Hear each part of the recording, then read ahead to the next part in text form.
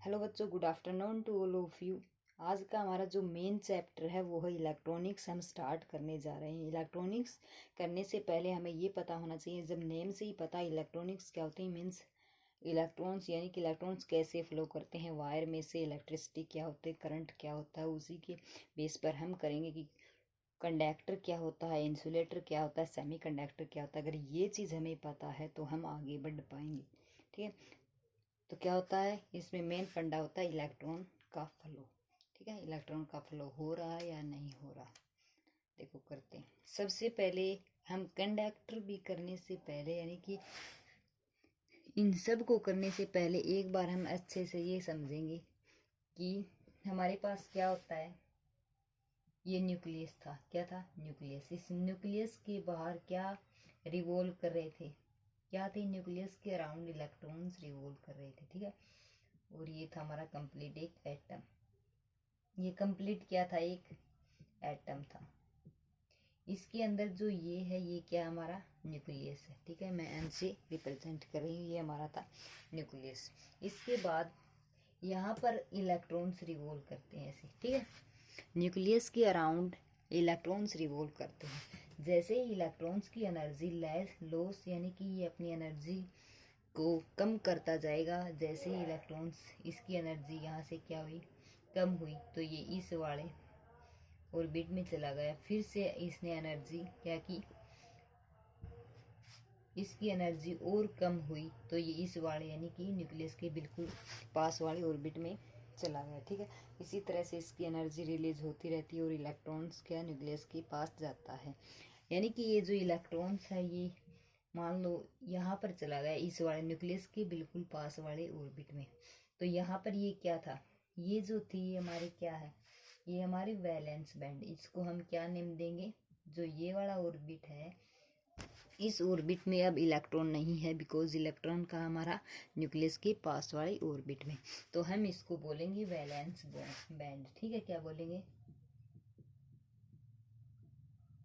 ये हमारा क्या है, वैलेंस बैंड। तो देखो ये न्यूक्लियस है, ये जो इसमें इलेक्ट्रॉन्स, कोई भी इलेक्ट्रॉन नहीं है, मीन्स इलेक्ट्रॉन्स अपनी एनर्जी को रिलीज करके ऑर्बिट के पास चला गया। तो ये हमारा अब क्या हो गया, वैलेंस बैंड हो गया। इसके बाद ये कंप्लीट क्या था, एटम था। इसके बाद देखो ये जो होता है, इसको हम बोलते हैं कंडक्शन बैंड। जो हमारा ये एटम की बाहर की जो लेयर होती है, हम इसको बोलते हैं कंडक्शन बैंड। क्या बोलते हैं, कंडक्शन बैंड बोलते हैं। उसके बाद हमारे ये जो इस कंडक्शन बैंड से और इस वैलेंस बैंड के बीच की जो डिस्टेंस है, यानी कि ये तो हमारा वैलेंस बैंड था और ये हमारा कंडक्शन बैंड था, इसके बीच की जो डिस्टेंस होती है उसको हम बोलते हैं फॉरबिडन एनर्जी गैप। क्या बोलते हैं,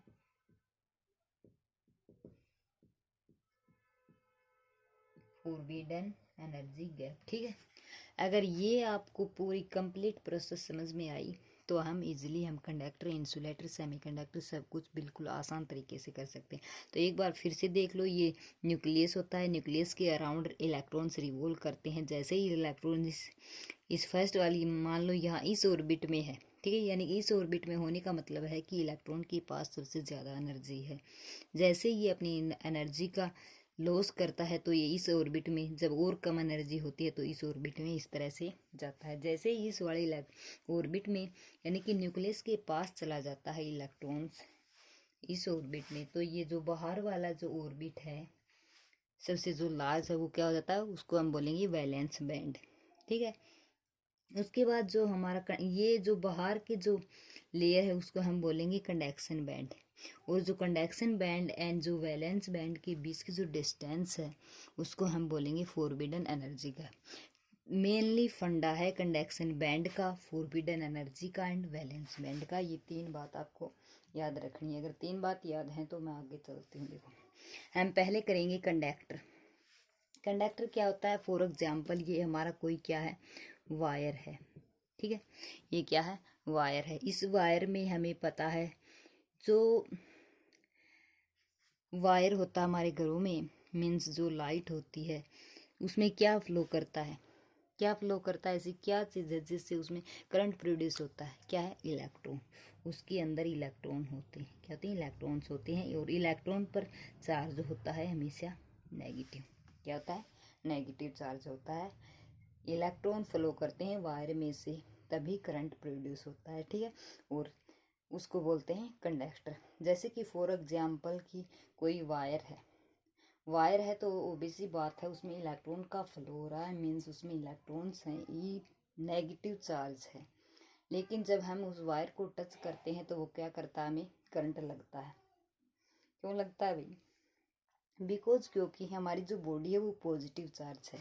जैसे कि हमें पता है कि नेगेटिव और पॉजिटिव क्या करते हैं? एक दूसरे को अट्रैक्ट करते हैं। क्या करते हैं? अट्रैक्ट करते हैं। तो हमारी बॉडी और जो वायर है वो क्या करता है? हमें करंट लगता है। ठीक है, तो हम क्या हुए? हम good conductor of the electricity. ठीक है, क्या है? Good conductor of the electricity. तो ऐसे ही कंडक्टर क्या होता है? कंडक्टर वो होता है जिस में से जो हमारा करंट है, जो चार्ज करंट है वो फ्लो हो जाए, उसको क्या बोलेंगे हम? Conductor. Conductor is defined as the materials in which charge current flow through a wire, यानी कि किसी भी वायर में से इलेक्ट्रॉन का फ्लो हो जाना, उसको क्या बोलते हैं? कंडक्टर बोलते हैं। अगर ये तीन बात बताई तो इसको कंडक्टर को समझने में आपको बिल्कुल भी दिक्कत नहीं होगी। देखो इस तरह से होता है जो मैंने बताया आपको। ये फर्स्ट में होता है कंडक्शन बैंड, मैं शॉर्ट फॉर्म लिख रही हूँ C.B। ये क्या है? Conduction band. ठीक है, उसके बाद बीच में हमारा देखो बार वाले, जो बार की जो लेयर थी उसको मैंने बोला कंडक्शन ले बैंड। कंडक्शन बैंड आपको ऊपर लिख लेना। उसके बाद आई हमारी बीच में फॉरबिडन एनर्जी गैप। क्या है? Energy gap. ये कंडक्शन बैंड, ये एनर्जी बैंड। और इससे जो लास्ट में था देखो, इसके बाद ये क्या थे? ये वैलेंस बैंड। क्या थे? वैलेंस बैंड ये थे। अब कंडक्टर जो है उसमें क्या है? इसके अंदर एनर्जी गैप जो है वो क्या होती है? यहाँ पर ओवरलैप हो जाता है इसका, इस तरह से। ठीक है, क्या होता है? ओवरलैप। मीन्स जैसे कि ये वायर था, इसमें अगर हम पॉजिटिव बॉडी खड़ी हमारी, मीन्स हम हैं, तो इनके बीच में क्या होगी? ओवरलैप होगी। मीन्स एक दूसरे को क्या करेंगे? अट्रैक्ट और इनके बीच ओवरलैपिंग होगी। ठीक है, और उसी को बोलते हैं conductor.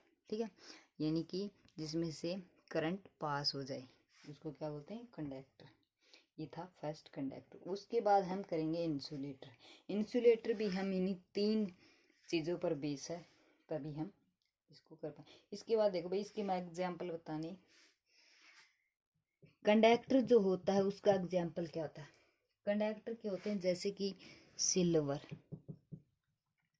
Silver is a good conductor of, क्या होता है?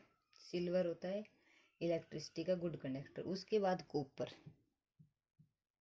कॉपर हो गया, सिल्वर हो गया, गोल्ड हो गया, ये सब क्या है? Good conductor of electricity. ठीक है, उसके बाद सेकंड हम करेंगे इंसुलेटर। इंसुलेटर क्या होता है?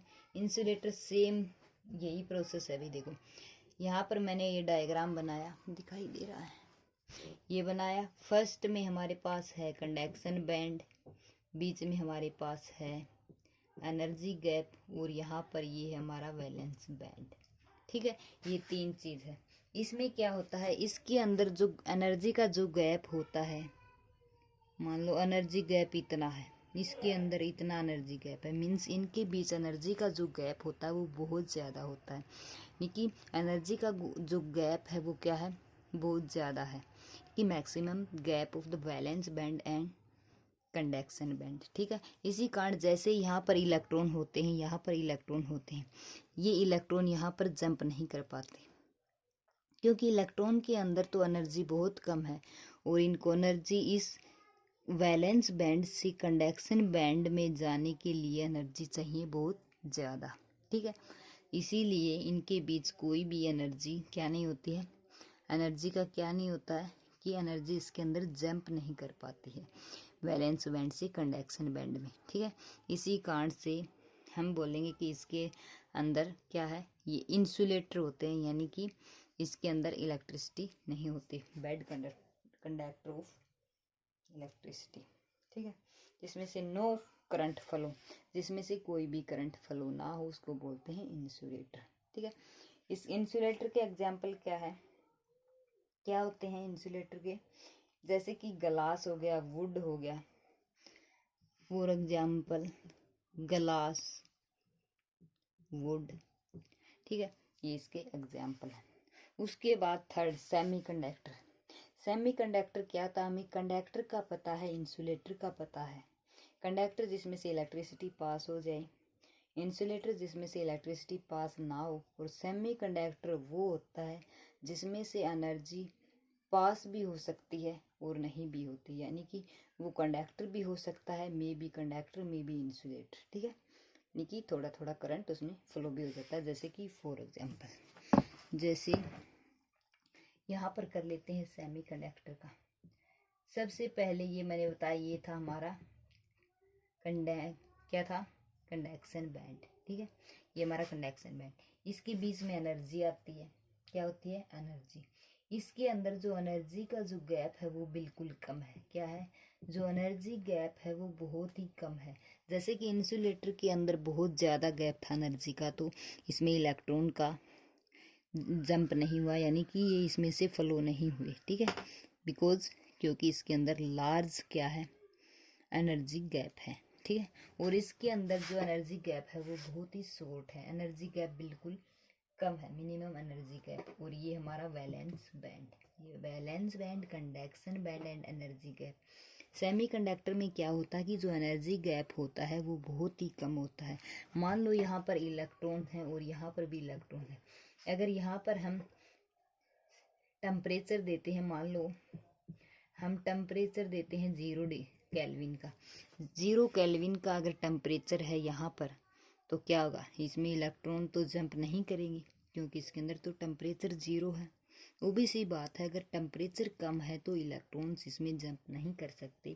तो ये क्या हुआ, अगर 0 केल्विन का टेम्परेचर है तो ये हुआ इंसुलेटर, मीन्स इलेक्ट्रॉन्स इसमें जंप नहीं कर पाएंगे, और जंप नहीं कर पाएंगे तो इसके अंदर इलेक्ट्रॉन्स का फ्लो नहीं होगा, और अगर इलेक्ट्रॉन का फ्लो नहीं होगा तो ये इंसुलेटर है, ठीक है, क्या है, इंसुलेटर।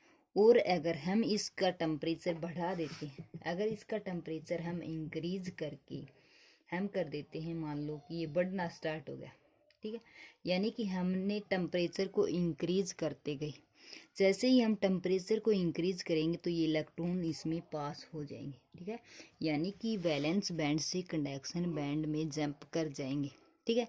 अगर हम इसको ज़्यादा टेम्परेचर देते हैं तो उस केस में ये क्या हुआ, इसमें तो इलेक्ट्रॉन का फ्लो हो गया, फ्लो हो गया मीन्स ये क्या है, कंडक्टर है। तो जो सेमी कंडक्टर होता है वो यही होता है कि वो कंडक्टर भी हो सकता है और इंसुलेटर भी हो सकता है, ठीक है। उसमें से थोड़ा थोड़ा करंट हम पास करवा भी सकते हैं अगर टेम्परेचर को इंक्रीज करेंगे, और अगर हमारा टेम्परेचर 0 है तो वो उस केस में इंसुलेटर है, ठीक है। ये था हमारे topic, conductor, insulator and semiconductor. अगली वीडियो में हम करेंगे कि सेमीकंडक्टर की कितनी टाइप होती हैं। आज के लिए बस इतना ही, मिलते हैं न्यू अपडेट के साथ। अगर कोई भी बात, कोई भी चीज़ आपको समझ में ना आए तो आप कमेंट बॉक्स में कमेंट करके पूछ सकते हैं, और अगर वीडियो पसंद आए तो चैनल को लाइक, शेयर एंड सब्सक्राइब जरूर करें। Thank you so much.